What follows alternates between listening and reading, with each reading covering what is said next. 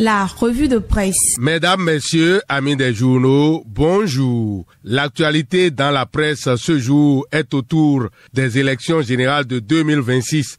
Visa Info à sa manchette, dans un soupir, note que les dés sont jetés pour les démocrates. Le parti de l'opposition radicale est en sursis pour les législatives. L'Union progressiste, le Renouveau, le Bloc républicain et FCBE sont dans le starting block pour les communales. Renchéri, Visa Info, Le Soleil Bénin Info pour l'animation de la vie politique nationale voit Boni Yayi dans un dilemme malheureux avec l'éviction progressive de son parti des élections générales de 2026. Le parti LD dénonce un complot politique, martèle Le Soleil Bénin Info. Les démocrates rejettent la décision qui exclut le parti des communales, à en croire la Nouvelle Tribune appuyée par Dynamisme Info et Matin Libre qui précise que le parti LD dénonce une manœuvre d'exclusion. Il forme un souhait après le rejet de la décision de la Sénat. L'audit des dossiers en compétition en général rapporte les 4 vérités de Blaise Tossou, ce que confirme Fraternité à sa manchette, de même que le télégramme pour cette invalidation des listes pour les communales. Mouel Bénin prend acte. Pourquoi former un recours quand la décision est juste, s'interroge Jacques Ayadi, entendu par l'événement précis qui certifie que le parti LD rejette la décision de la Sénat. Une situation qui laisse les uns et les autres dans une attente sans aucun espoir pour le parti Les Démocrates à ce niveau. Pas de mots donc à dire pour les communales en ce qui concerne le parti Les Démocrates, mais au sujet de la question du choix d'accord à signer avec un autre parti, Dynamisme Info relève que le parti Les Démocrates opte pour la dignité et la fidélité pour le peuple en disant non. L'analyse faite par Matin Libre touche la trêve politique introduite dans la nouvelle proposition de révision de la Constitution et défendue par le chef de l'État. Cela pourrait bien se réaliser à partir de 2026, la Constitution révisée ou non, conclut Matin Libre, se basant sur l'exclusion qui s'annonce définitive du parti Les Démocrates de toutes les élections de 2026. D'ailleurs, l'idée de révision de la Constitution n'est pas encore à la poubelle et la Nouvelle Tribune rapporte que les députés sont convoqués en plénière le vendredi 14 novembre 2025. Ils examinent le dossier. Vendredi prochain, confirme les 4 vérités. Le pays émergent, le télégramme, Le Soleil Bénin Info. Le président Vlavonou convoque tous les députés pour trancher la question de la révision de la Constitution, rapporte Le Potentiel.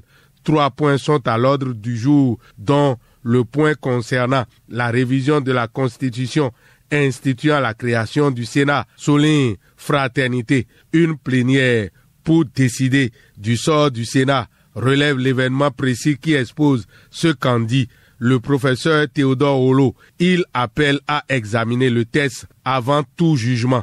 Souligne l'événement précis.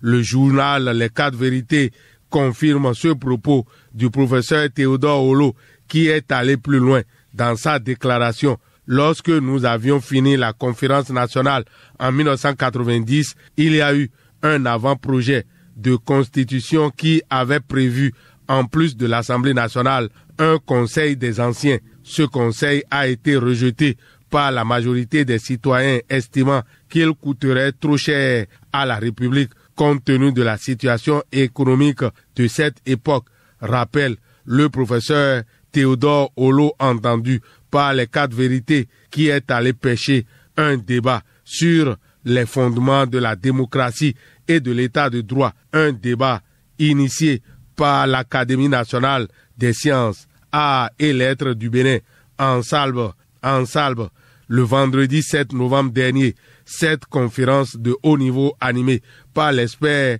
Gilles Badé a donné lieu à des échanges nourris entre le public et plusieurs personnalités de renom, dont les professeurs Adrien Wanou, Norbert Nkonou, Michel Bokor, Théodore Olo, Mathurin Kofi Nago, tous membres de l'Académie nationale des sciences, arts et lettres du Bénin, rapportent les 4 vérités.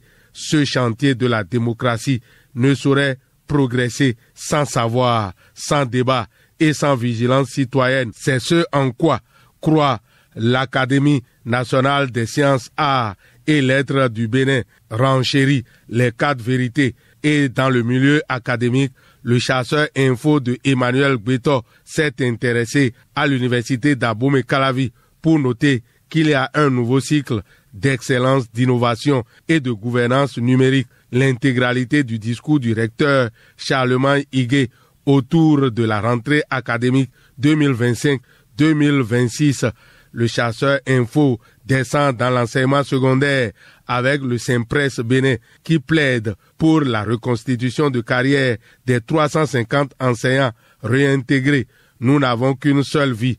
L'appel émouvant du docteur Gildas Kpossou au président de la République, Patrice Talon, note le chasseur info. Pour parler de la coopération sino-béninoise, la haute autorité de l'audiovisuel et de la communication reçoit un lot de matériel informatique de la Chine, 10 ordinateurs de bureau, 5 copieurs, 6 imprimantes et 6 disques durs externes offerts, constate le chasseur info de Emmanuel Gbeto. Au niveau du handball béninois, il est une vérité de la palisse que la formation des entraîneurs est un impératif catégorique. Visa Info constate que 40 impétrants reçoivent leur licence CIHF sous le regard du président de la Confédération africaine de handball, Dr Manzourou Aremou, pour le pays émergent.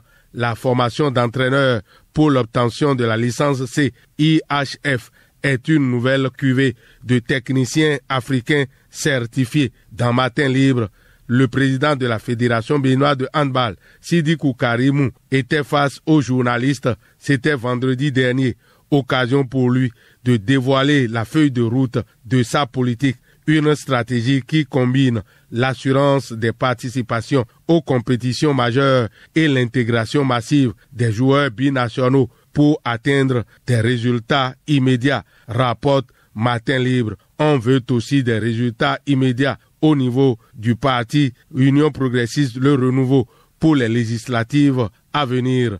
Et à cet effet, le potentiel révèle que le parti assure positionner tous les anciens députés. C'est ce qui ressort du dernier conclave des responsables de l'Union progressiste Le Renouveau. On dira simplement jeunes dans le couloir de l'impatience pour briguer un mandat législatif.